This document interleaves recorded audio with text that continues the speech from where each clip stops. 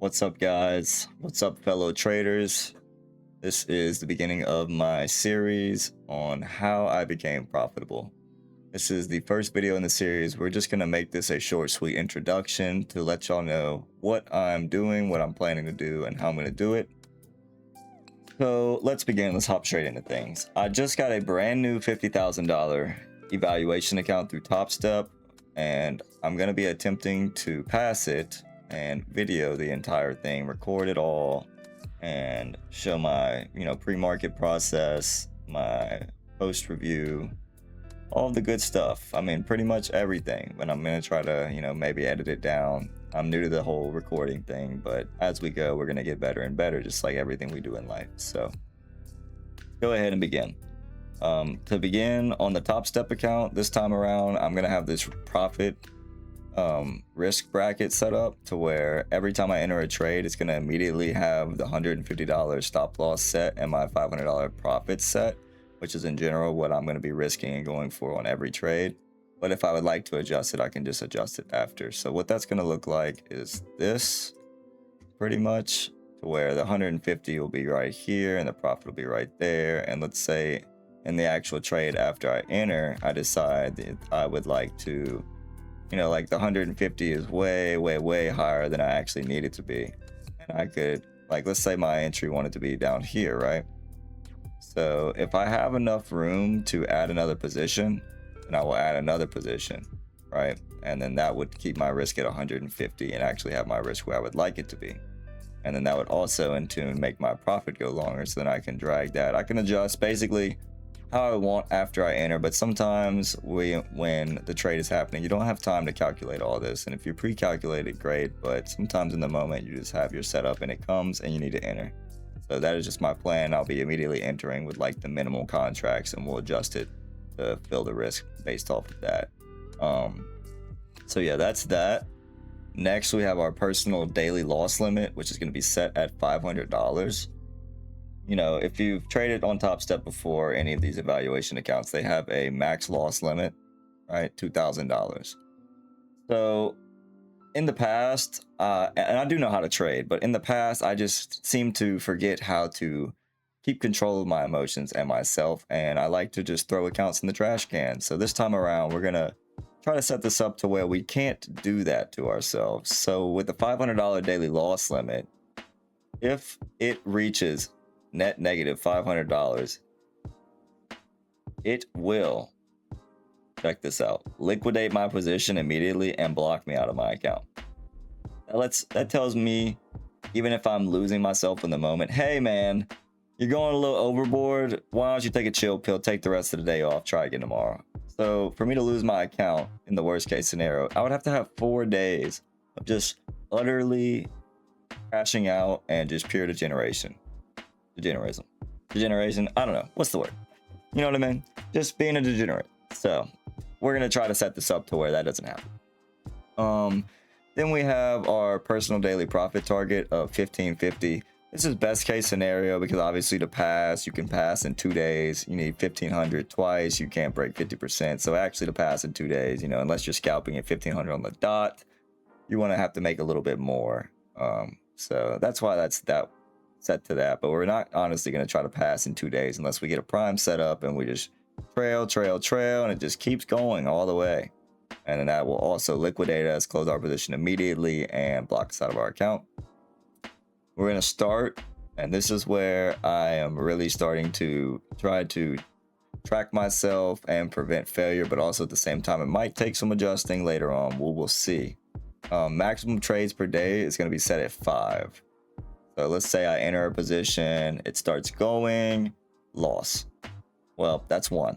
Let's say I enter another position, it's going great, but then it goes and I set it to break even, or slightly above break even to cover fees, and then it stops me out.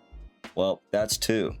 So even if I want to enter the same trade, right, and it is a good setup, but I got stopped out and I re-enter, it's going to be a different set of trades as far as the trade limit goes.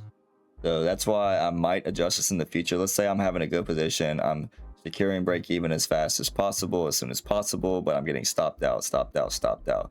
Well, I could get I could run through my 5 trades pretty fast. If that happens a couple times, add a loss in there, and then we're done. But for the time being, I would say that this is what's needed, because there's been plenty of times that I've been up and I've just decided to keep trading, over trading, and just throw my money away.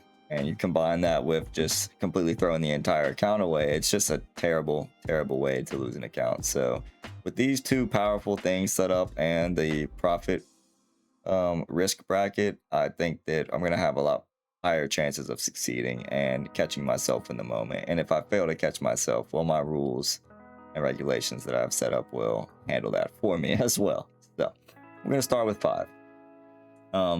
The last 2 things that I have done is set up contract limits for the 2 contracts I trade, which is micro gold and micro NAS. But I also have these just so I don't try to play myself, because most of the time I should be entering with 1 to 3 micros, like 3 max, maybe 5 max, right? But I should never be trying to make $1 million and dropping 20 lots immediately. So I have this set up to where the max open positions I can have on gold and Nasdaq is 5, and then on micro NAS and micro gold, and then the max on, you know, just the plain old NAS and gold would be 2, which is actually still a lot, but we're just gonna have it set to 2.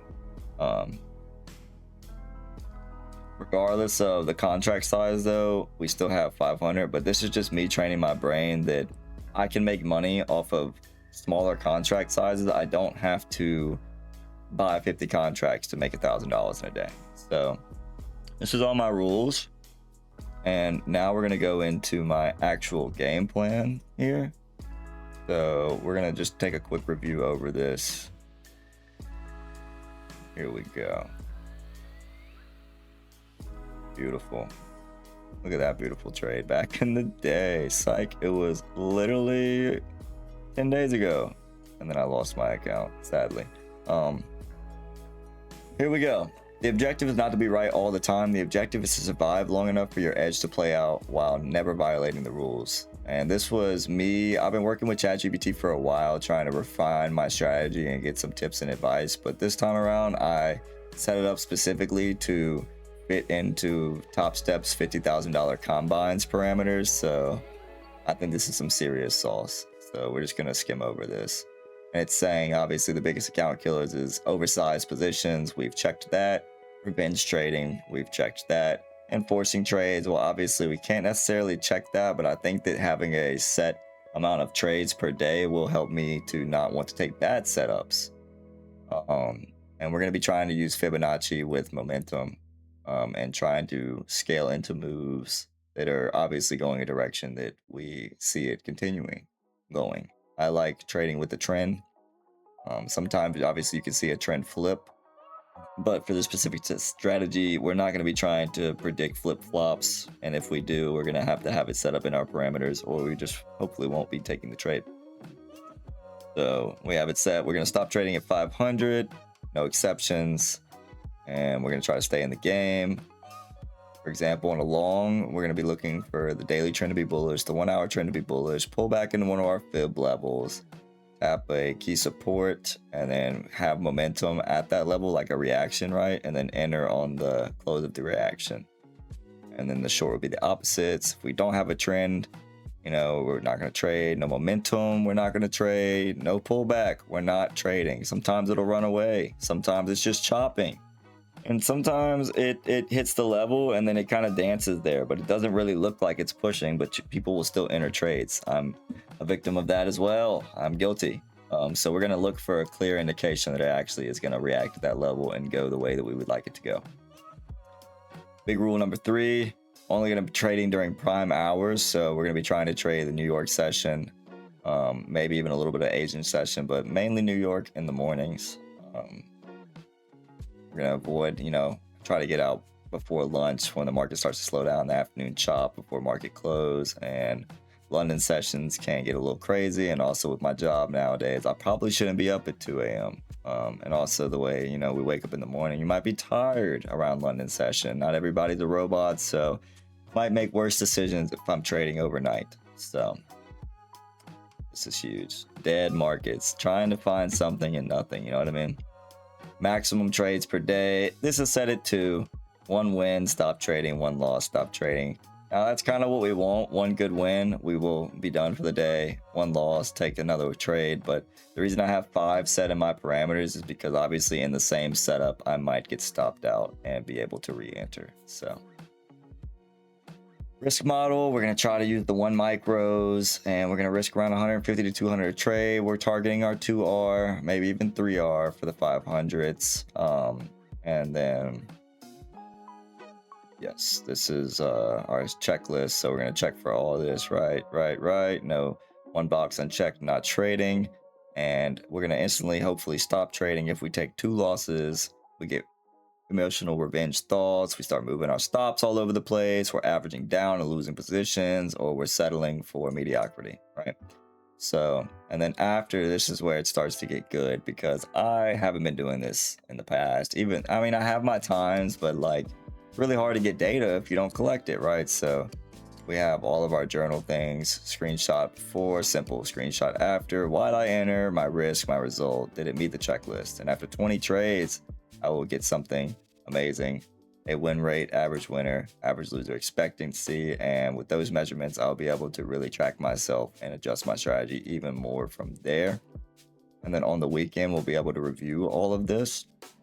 Right, the setup with $500 that makes $500 with perfect execution is better than a setup that makes $2,000 with rule breaking.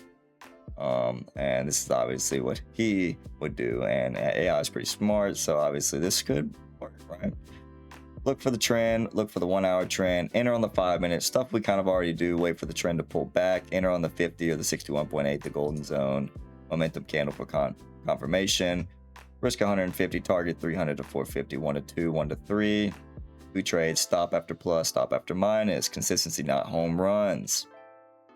Beautiful. Now, never enter without knowing your stop loss, your first target, final target. So I already know my stop loss every time, but we're going to obviously be having a target set in mind on the trade. And if you look at fib levels here, pretty cool that if, let's say, we want to do a fib from here to here, right? This looks like a good 61.8 fib trade that somebody probably could have taken. So if we draw it from the low to the high, right? Wow, would you look at that? Whoops. If we would have waited, right? We see this huge move. We see it starting to pull back. And was it on the 1 hour? Yeah, it was looking pretty bearish.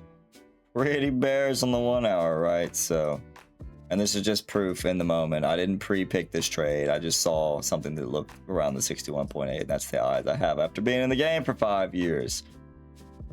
See it come into this 61.8 area, the 5. We could have started to look, right? But it's still pushing. It didn't even pause, but it blew into this 61.8 and looks like it hit a brick wall. So then we start to see it pause, We see this momentum candle right here, right? So say we enter our trade, right? $150, somewhere around, whoops, what the heck? Right, somewhere around here.